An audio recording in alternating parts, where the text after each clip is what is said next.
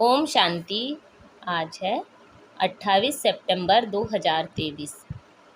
आज बाप दादा के अनमोल मधुर महावाक्य सुनते हैं। मीठे बच्चे, बाप से लव और रिगार्ड रखो तो बाप की आशीर्वाद मिलती रहेगी, माया की जंग उतरती जाएगी। आज की मुरली से प्रश्न है, इस चैतन्य बगीचे में कई फूल खिलते ही नहीं, कली के कली रह जाते हैं, क्यों? उत्तर है, क्योंकि पुरुषार्थ में सुस्ती है। याद करने का जो समय है उसमें सोए रहते हैं। सोने वाले अपना समय ऐसे ही गंवा देते हैं। जिन सोया तिन खोया, बंद कली ही रह जाती।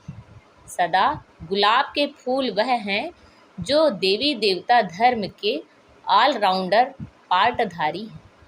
आज मुरली में गीत बजा है, यह वक्त जा रहा है। ओम शांति। यह किसने समझाया? बेहद के बाप ने समझाया बच्चों को। बेहद की जो घड़ी है उसमें अभी बाकी थोड़ा टाइम अथवा कुछ मिनट रहे हैं। घंटे गए, बाकी कुछ मिनट रहे हैं। जो अच्छे सेंसिबल बच्चे हैं वह जानते हैं, नंबरवार तो है ना। गुलाब के फूल होते हैं, उनमें भी नंबरवार होते हैं। यहाँ भी गुलाब के फूल हैं, लेकिन उसमें कोई बंद कली है, कोई थोड़ा खिले हुए हैं। तुम्हारा देवी देवता धर्म भी जैसे सदा गुलाब है, सदा ऑलराउंडर पार्ट बजाने वाले। तुम सभी धर्मों में उच्च ते उच्च धर्म वाले सदा गुलाब हो। दूसरे धर्म वाले फिर नंबरवार हैं। कोई चंपा है, कोई चमेली है, कोई टांगर है, कोई अक है। बगीचे तो है ना, सभी धर्मों का बगीचा है। बच्चियां जानती है उच्च ते उच्च धर्म है ही देवी देवताओं का। जब सीजन नहीं होती है तब मुखड़ी भी नहीं रहती, कली फूल भी नहीं रहते हैं। बाबा ने आज बगीचे से एक बड़ा गुलाब का फूल, एक छोटा फूल, एक आधा खिला हुआ फूल, एक कली, एक बंद कली, एक मुखड़ी, ऐसे वैरायटी लाकर संदली पर रखा है। अब देखो, मुखड़ी भी कोई कच्ची है, कोई आधा खिली हुई है, कोई फूल है, कोई बंद कलियां हैं, कोई मुरझा जाते हैं, बिल्कुल खिलते ही नहीं।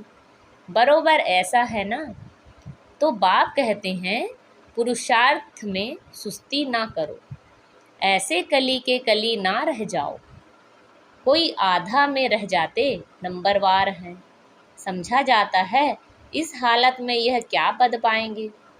समय बहुत थोड़ा है, घड़ी बनाई है, कांटे को अब बदल तो नहीं सकते हैं। युक्ति से ऐसे बनाना चाहिए जो निशानी रहे। यहाँ से शुरू हो कांटा, अब यहाँ तक आकर पहुँचा है। 0 से शुरू हो फिर कांटा 12 तक आकर पूरा होता है। तो इस चक्र में भी पहले देवी देवता धर्म निकला, अभी है अंत।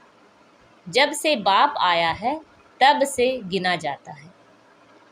तो बाप कहते हैं, बच्चे टाइम वेस्ट मत करो, बाप को याद करते रहो। जितना याद करेंगे उतना विकर्म विनाश होंगे। विकर्म तो सबसे होते रहते हैं, ऐसे कोई मत समझे कि हमसे नहीं होता है। इतना अहंकार कोई मत रखे। विकर्म तो बहुत ही गुप्त भी बनते हैं, उनसे बड़ी संभाल रखनी है। इस घड़ी से तुमको टाइम का तो पता लग ही जाता है। मनुष्य तो समझते हैं कलयुग अभी बच्चा है, बिल्कुल घोर अंधियारे में पड़े हुए हैं। अभी तुमको मुर्दों को जगाना है। सवेरे उठकर बाप को याद करना चाहिए। जिन सोया तिन खोया, यानी याद करने का जो समय है वह खोना नहीं है, नहीं तो मुर्दे के मुर्दे रह जाएंगे। कोई तो कली ही रह जाते हैं। बस तूफान में अच्छी अच्छी कलियां भी गिर जाती हैं, फूल भी गिरते हैं तो कलियां भी गिरती हैं। फिर जैसे कि कांटे के कांटे रह जाते हैं। दैवी घराने में तो आएंगे, परंतु प्रजा में आएंगे। तुम हो ही गुलाब के झाड़ के परंतु इसमें खुश नहीं होना चाहिए। भल मनुष्य गाते हैं, फलाना स्वर्ग पधारा, परंतु क्या बना, यह भी कारण होगा ना। यह तो बच्चे समझ सकते हैं, जितना बाबा का मोस्ट सर्विसेबल बच्चा होगा उतना वह बिलवेड भी मोस्ट होगा। यह तो कॉमन बात है। सपूत आज्ञाकारी ईमानदार बच्चे माँ बाप को प्यारे लगते हैं। माया बिल्कुल ही बेईमानदार बना देती है। पता भी नहीं पड़ता है कि हमसे बड़ी भारी गफलत होती है। बाप कहते हैं जो करेंगे उनको पाना ही है। ऐसा विकर्म नहीं करना जो सज़ा खानी पड़े। कोई विकर्मों की यहाँ भी सज़ा पा लेते हैं। कर्म भोग है, गर्भ जेल में भी कर्म भोग है। उनसे बड़ा खबरदारी से छूटना है। माया बड़ी शैतान है, इसलिए बिलवेट मोस्ट बाप को तो हर वक्त याद करते रहना चाहिए। जैसे लौकिक बाप अपने बच्चों को जानते हैं, वैसे पारलौकिक बाप भी हर एक बच्चे को जानते हैं। बाप खुद बैठ बतलाते हैं, मैं एक ही इस तन में आता हूँ। कितने ढेर बच्चे हैं, अर्जुन तो ढेर आएंगे। झाड़ बढ़ता है। भगवान के आगे भक्तों की भीड़ होगी। शिव के मंदिर में इतनी भीड़ नहीं होती। यहाँ तो तुम समझते हो कितनी भीड़ होगी। सूर्यवंशी चंद्रवंशी राजधानी स्थापन होनी है। इन बातों में बुद्धि बड़ी विशाल चाहिए। बरोबर भक्त जो इतनी भक्ति करते हैं, उनके सम्मुख भगवान आएंगे तो कितनी भीड़ होगी। तुम जानते हो बाबा हमको राजयोग सिखला रहे हैं, परंतु घर में रहते हुए फिर भी भूल जाते हैं। यह ऐसी विचित्र बात है जो साथ रहते भी फिर भूल जाते हैं। इतना लव रिगार्ड नहीं रहता। सुई को कट लगी हुई होती है तो वह चुंबक को खींच नहीं सकती। योग और ज्ञान भी तो तब कट निकल सकते हैं, और परमात्मा की आशीर्वाद भी चाहिए ना। माया की जंक लगी हुई है। कोई चीज़ को जंक लगी हुई हो तो घासलेट में डालते हैं। तुम्हारी भी योग से जंक निकलती है, आत्मा प्योर हो जाती है। तो बाप समझाते हैं, बच्चे फूल बनकर दिखाओ। वह समय भी जल्दी आएगा जो तुम किसी के सामने बैठेंगे और झट उसको साक्षात्कार होने लगेंगे। ब्रह्मा और विष्णु का साक्षात्कार तो बहुतों को होता है। डायरेक्शन देते हैं, आओ बीके के पास। ब्रह्मा भी बैठे हैं, ब्रह्मा कुमार कुमारियाँ भी बैठे हैं। आगे चलकर बहुतों को साक्षात्कार होगा। बाबा साक्षात्कार कराते हैं, तुम वहाँ जाओ, मैं वहाँ राजयोग सिखला रहा हूँ। इससे तुम यह पद पा सकते हो। है भी सेकंड की बात। मन मना भव। मुझे याद करो तो तुम सूर्यवंशी बन जाएंगे। वहाँ है देवी वंशी और यहाँ है असुर वंशी। कितना अच्छी रीति समझाया जाता है। कोई चीज़ को महीन करने के लिए कूटा जाता है ना। मकान का फाउंडेशन पक्का करने के लिए कितनी मेहनत करते हैं। बाप भी कहते हैं, जितना हो सके मुझे याद करो। शिवपुरी और विष्णुपुरी को याद करो। यह अंदर अपने साथ बातें करनी चाहिए। पहले अपने से चिंतन कर फिर बात करनी होती है, समझाने के लिए। तुमको भी समझाना है। अब बच्चे एग्जीबिशन में कितनी मेहनत करते हैं। है सारी समझाने की बात। सिर्फ स्लोगन से तो कोई समझ ना सके। बाप बैठ समझाते हैं। देवी देवताओं को राज्य कैसे मिला, किसने राजयोग सिखाया। भगवान नुआज, मैं राजयोग सिखलाता हूँ, कहता हूँ मुझे याद करो। शिवपुरी और विष्णुपुरी को याद करो। अब प्रदर्शनी में भी बच्चों को अच्छी रीति समझाना है। मेडिटेशन पर भी समझाना है। हम भी मेडिटेशन करते हैं। चलते फिरते बाप को याद करते, बाप से बातें करते रहते हैं। जैसे कोई प्रोग्राम से कहाँ जाना होता है तो बुद्धि में रहता है, आज फलाने के पास हमको जाना है। प्रोग्राम मिला और बुद्धि दौड़ती रहेगी। समय नज़दीक आएगा, समझेंगे अभी हमको जाना है। तुमको भी अंदर में यह रहना चाहिए, बस अभी हमको जाना है बाबा के पास। यह पुरानी खाल छोड़नी है। शिवपुरी में जाना है, इस रावणपुरी को छोड़ना है। यह बड़ी छीछी गंदी दुनिया है। अभी हम संगम पर बैठे हैं।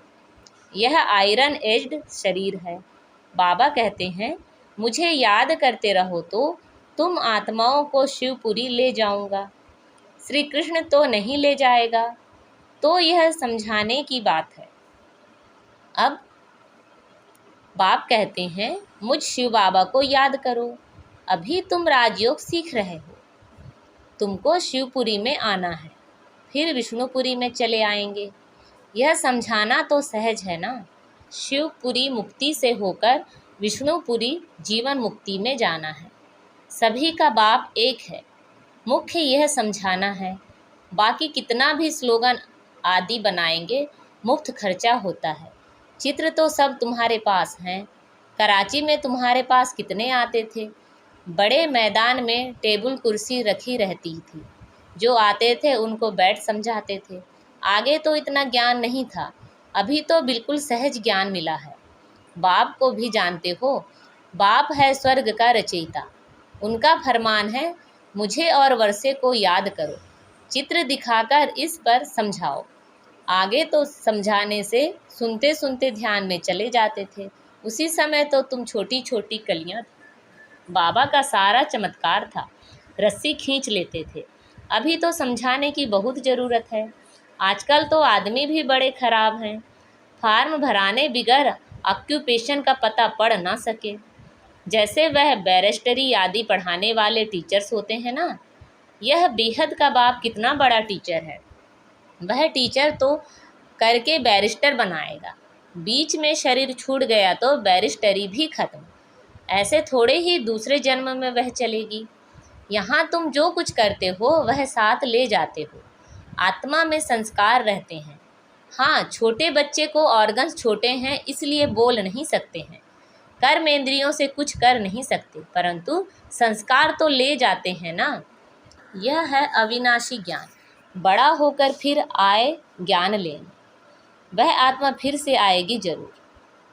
कहाँ ना कहाँ किसी का कल्याण करेगी। अपने माता पिता को भी इस तरफ खींचेंगी। भल छोटा बच्चा होगा तो भी मम्मा बाबा को देखने से ही उनका प्यार कशिश करेगा। ऑर्गन्स छोटे होने के कारण बात तो नहीं कर सकेंगे, परंतु लव जाएगा एम जिन्स तरफ। तो यह नॉलेज बड़ी विचित्र, रमणीक जैसे और सेंसिबल है। कोई तो बिल्कुल ही ऐसे हैं जो कांटे का कांटा नहीं है। सतयुग है गुलाब का झाड़। अभी तो कांटे हैं, फिर उनसे कोई मुखड़ियाँ निकल रही हैं। सदा गुलाब तो है, फिर उनमें नंबरवार हैं। प्रजा में भी आएगी ना। कली बन फिर मुरझाकर खत्म हो जाए। यह कोई पढ़ाई थोड़ी ही हुई। मुखड़ी बंद की बंद रहेगी तो प्रजा में चले जाएंगे। जो फूल बनते हैं वह राजाई में आएंगे। बाबा बगीचे में जाते हैं तो बच्चों को समझाने के लिए फूल भी ले आते हैं। अगर अभी पुरुषार्थ कर फूल ना बने तो बाद में बहुत पछताना पड़ेगा। एक तो विकर्मों का बोझा सिर पर है, फिर और ही सजा खाकर प्रजा में पद पाना, वह किस काम का हुआ। यह तो समझते हो हमारी दैवी राजधानी स्थापन हो रही है। हर एक को समझ सकते हैं कौन कौन क्या बनेंगे। दिल में रहेगा यह कहाँ तक पढ़ रहे हैं, क्या बनेंगे।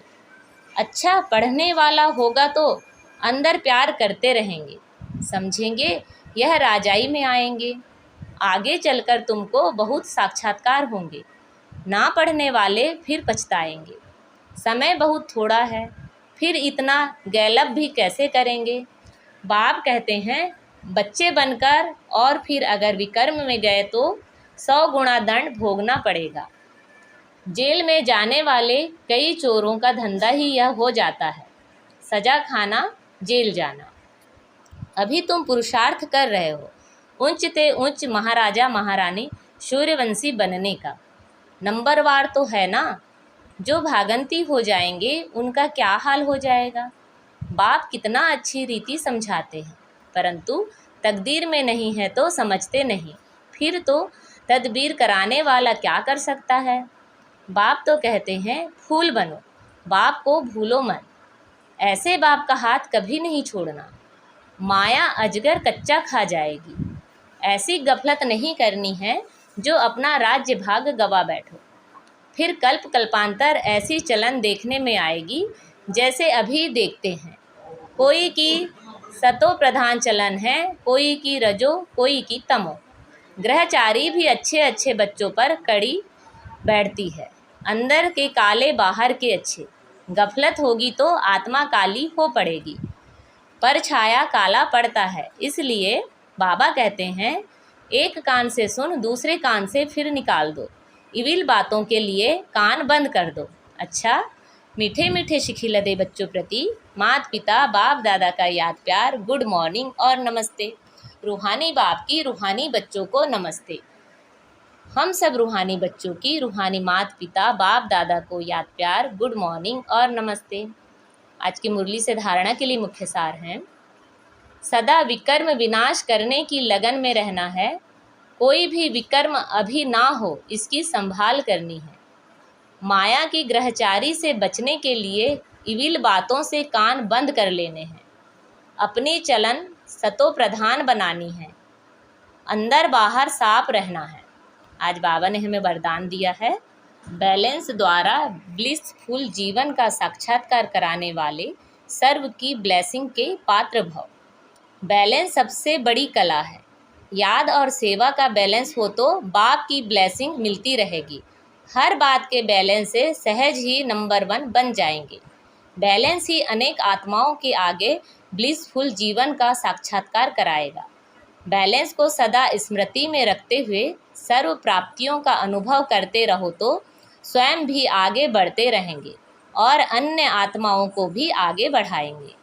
आज का स्लोगन है, महावीर वह है जो हर मुश्किल को सहज कर पहाड़ को राई व रुई बना दे। महावीर वह है जो हर मुश्किल को सहज कर पहाड़ को राई व रुई बना दे। अच्छा, ओम शांति।